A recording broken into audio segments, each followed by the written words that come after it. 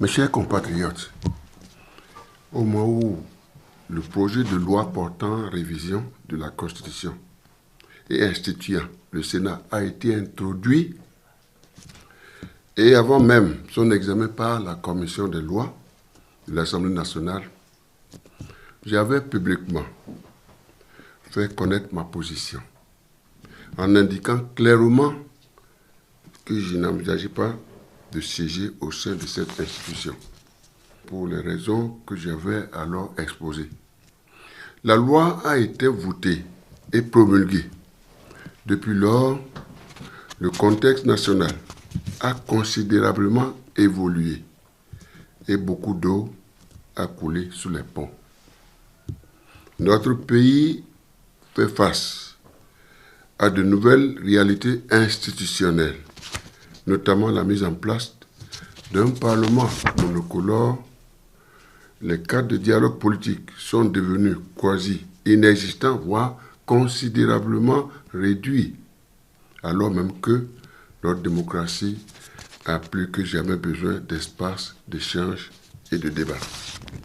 Chers compatriotes, je partage les préoccupations du peuple quant à la nécessaire décrispation de la vie politique, à travers la prise en compte des priorités qui ont toujours été les miennes, à savoir le respect des droits de l'homme et des libertés fondamentales, incompatibles avec l'existence de prisonniers et d'exilés politiques, le renforcement des capacités et des acquis de l'unité nationale, la sécurité, la défense du territoire, le dialogue, la démocratie et la paix.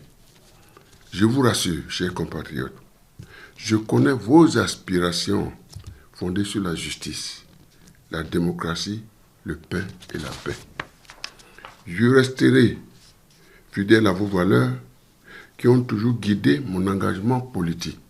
C'est pourquoi, après mûre réflexion, il apparaît dès lors que le Sénat pourrait être un cadre de dialogue politique interne destiné à porter la voix et les attentes du peuple. Mes très chers compatriotes, en vertu de l'article 113-3 de la Constitution, je compte exercer mon droit de sénateur afin d'œuvrer pour l'idéal de notre patrie commune.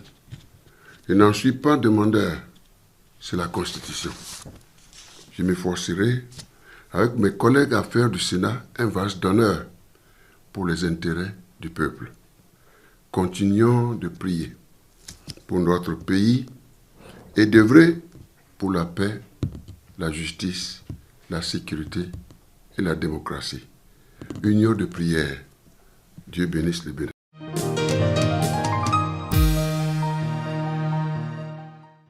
Voilà. Dans l'adoption de la nouvelle architecture institutionnelle au Bénin, il doit y avoir la mise en place donc, du Sénat. Boni Yayi, qui quelques mois bien avant avait estimé qu'il ne siégerait pas. Est-ce que ça a changé aujourd'hui puisqu'il y a un nouveau président? Merci beaucoup.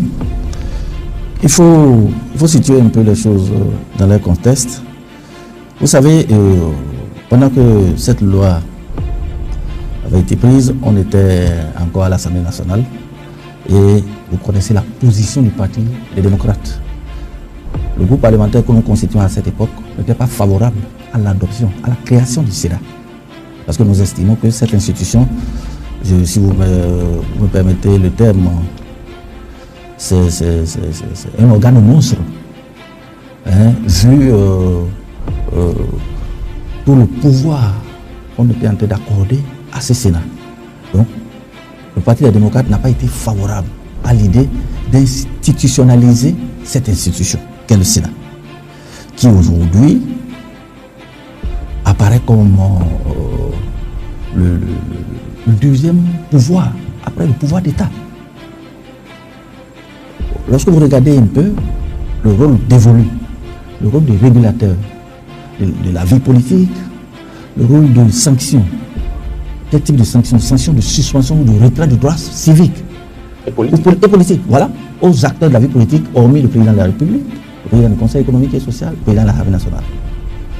Alors, Et pour toutes les lois qui seront votées à l'Assemblée nationale, hormis la loi des finances et la loi des règlements, toutes ces lois-là doivent avoir l'avis de non-objection du Sénat.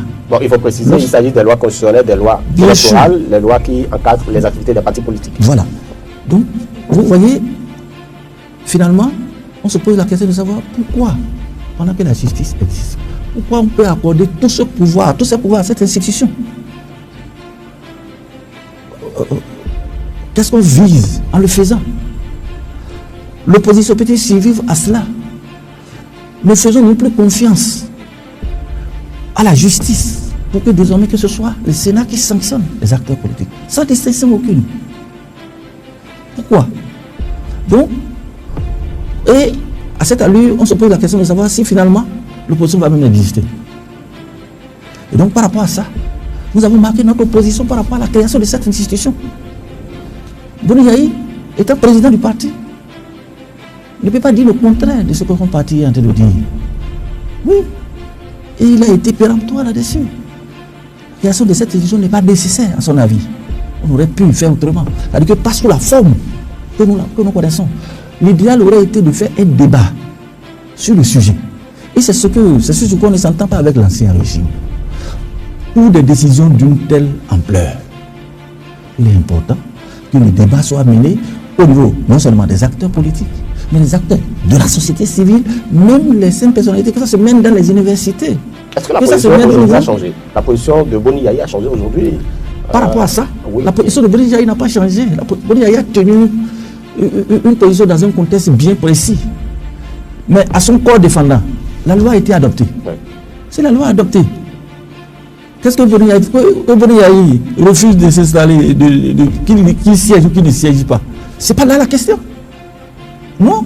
L'idéal est que le monstre n'existe pas. Puisque la loi a été adoptée et a généré, bien évidemment, donc le Sénat qui sera mis en place très vite. Puisque les si le Sénat sera mis en place, oui. Boni Yayi va siéger, il a un nombre de droits.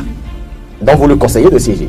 En tout cas, maintenant que si ce n'est que moi, oui. D'accord, il n'y a pas de raison pour que Boni Yayi ne siège pas. Cela a été une perte pour nous si Boni Yayi ne siège pas. Pour vous, comment? Oui. Il sera neutre, il ne participera plus.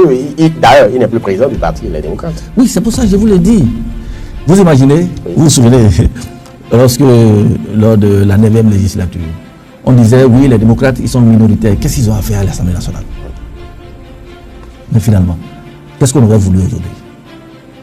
Oui, quand ils ont siégé à l'Assemblée nationale, et au moment où ils n'ont pas siégé, vous n'avez pas vu une différence? Même s'ils sont minoritaires, il aurait fallu qu'ils soient là. Ils sont devenus gênants, au point où on n'a même plus besoin d'eux. Bien qu'étant minoritaires. Ça veut dire que quoi? Si tant est que ce Sénat doit être installé, vu les pouvoirs qu'on lui concède, il est important que Boni Yayi soit forcément dedans. En tout cas, je fais une analyse politique. Hein. J'ai vu... Vous en avez discuté pas encore? À aucun moment.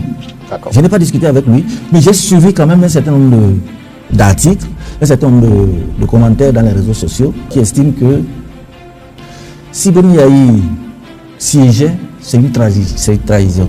Oui. Effectivement, il y a un article qui a circulé. Oui. Je crois que c'est un défaut d'analyse. C'est un défaut d'analyse. Le combat que nous menons aujourd'hui, nous avons déjà mené un combat frontal. D'accord? On n'a pas eu gain de cause. Oui. Nous avons eu la chance. Le régime va changer demain. Il faut changer de fusil d'épaule. Oui. Il faut changer de fusil d'épaule. Lorsque vous êtes là et lorsque vous n'êtes pas là, ce n'est pas la même chose. C'est pas la même chose. Et c'est pour ça, je vous dis, si on n'a pas le choix, d'accord, et que forcément, on va installer le Sénat, il n'y a pas de raison pour que Boni Yayi ne siège pas. Parce que s'il ne siège pas, ça ne changera rien. Actuellement, les démocrates ne siègent pas à l'Assemblée nationale. Ça a changé quoi? Dites-moi. Et pourtant, le combat continue. Lorsque nous étions à l'Assemblée nationale, la nature du combat, ce n'était pas plus important que ce que nous faisons aujourd'hui. C'est de ça qu'il s'agit. Donc, Boni Yayi sera plus utile parce que à l'intérieur de cette Sénat, les votes se feront. Oui, pour les questions donc de relecture. En seconde lecture, pour avoir une loi en seconde lecture, ce serait un vote à l'intérieur du Sénat. Alors, s'il n'y a pas des gens, si lui manque à l'appel, comment ça va se passer? Ce qu'ils auraient voté peut être préjudiciable pour le pays. Donc, je crois que c'est une question qu'il faut s'asseoir et réfléchir froidement. Nous sommes à un stade aujourd'hui où ce n'est plus ce que nous disions avant. C'est vrai, je comprends les uns et les autres. Je comprends le niveau d'émotion. Mais on a dépassé ça. C'est très important. Très bien. Le combat que nous venons mener aujourd'hui, c'est un combat de proximité. Oui, il faut être là et faire le combat comme cela se doit. La politique de la chaise vide, dans ce cas précis, n'est pas bonne pour nous. Et quand est-ce que vous entendez le notifier quand même, c'est un ancien président de votre parti?